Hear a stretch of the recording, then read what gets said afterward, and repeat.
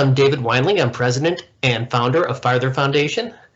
Farther Foundation's mission is to enable students from low-income communities to have life-changing educational travel opportunities across the country and around the world. On those programs, they build the skills, awareness, and confidence to propel them towards their highest potential. Throughout the years, we have supported a lot of great students, and many of those alumni, after their program with us, become involved in efforts to boost the communities where they visited, where they live, where they go to school, or where they work. So after a few years, we decided to support the interests and passions of some of our alumni by establishing the Go Farther Alumni Award.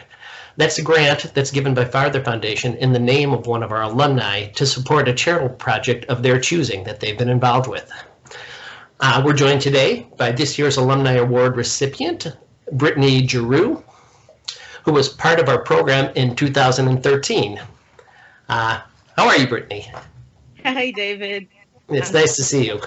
Nice to see you, too. It's not that often that I get to see our alumni, so now in this time of COVID pandemic, when we get on Zoom calls and Skype calls, it's nice to see face-to-face some of the people who throughout the years have been part of our program. Absolutely. Thanks for having me. Okay. Very excited about this opportunity. Okay, terrific. Well, as I mentioned, you submitted the proposal that was selected this year for the Go Farther Alumni Award. So I want to give you the opportunity to tell us a little bit about the organization and the program that you selected and that you've been involved with. The award went to TIS Media Foundation and its Quest for Earth project. So why don't you tell me a little bit about the project and about how you became involved with it? Absolutely. So once again, thank you so much for the consideration and granting of this award. We are so appreciative. Quest for Earth is a project by the TIS Media Foundation, which is dedicated to bringing environmental science awareness and stewardship to students and communities, especially Black and Brown youth in the Evanston community. And so this project is unique in that it has an added focus on environmental justice. And so the EPA defines environmental justice as the fair treatment and meaningful involvement of all people, regardless of race, color, national origin, or income, with respect to the development, implementation, and enforcement of environmental laws, regulations, and policies. And so I think this is super important and able to help create and maintain a really clean, healthy, and sustainable community for us all. And so kind of a little bit about how I became involved with Quest for Earth was during my time in the Office of Sustainability at the City of Evanston. So this past year, I was a part of this program called the Greenest Region Corps, in which they send 12 or so young environmental professionals throughout the Chicago region to help out with sustainable projects in their communities. And so I was placed in Evanston, which is my hometown. And so I was really excited to be able to help kind of move forward sustainability initiatives in my hometown. And so I got to work with the incredible organization, TIS Media Foundation, and their Quest for Earth project. And so essentially, part of my role was to conduct outreach and education for organizations in the Evanston community and kind of see how our goals for our climate action and resilience plan could intersect with their goals and what they were teaching in their curriculum. And so I attended several Saturday sessions to present about waste and the life cycle of products, as that's kind of part of the waste section of the climate action and resilience plan for Evanston. And so I got to take part in the learning of these students and see some of their final projects. They did a lot of things.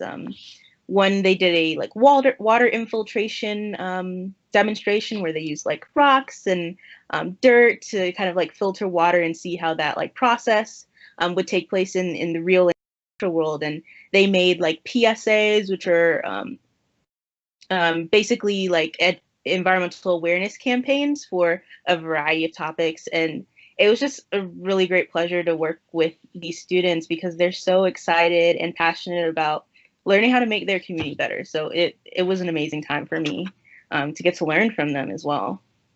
That's great to hear about. You're still a very young person yourself, but did you notice a difference between the students who were participating in this program and their awareness and their enthusiasm compared to maybe what you knew and you were aware of back when you were in middle school?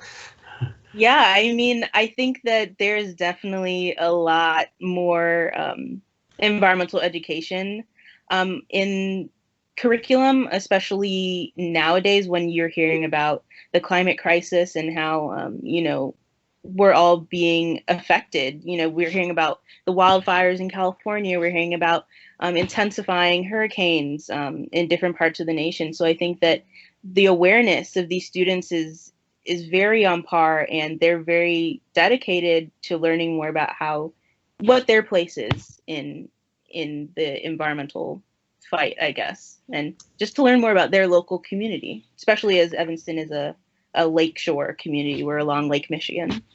Right. Yes, indeed. Well, that's terrific to hear about the project and your involvement, and we're glad that we've been able to play a small part in adding to your interest and passion in supporting that project. Let's look back a little bit now to back in 2013. When you were a high school student, you received a scholarship from Farther Foundation to go on a summer educational travel program, and you went to Costa Rica during the summer. Thinking back at that time and how it's played a role in your life since then, and I wanted to add in, after that project, you graduated high school, went on to Vanderbilt University, where you earned your degree there. Do you think that experience you had as a student during high school in Costa Rica affected those choices you made in your subsequent education and some of your interests and career goals? Yeah, I would definitely say so.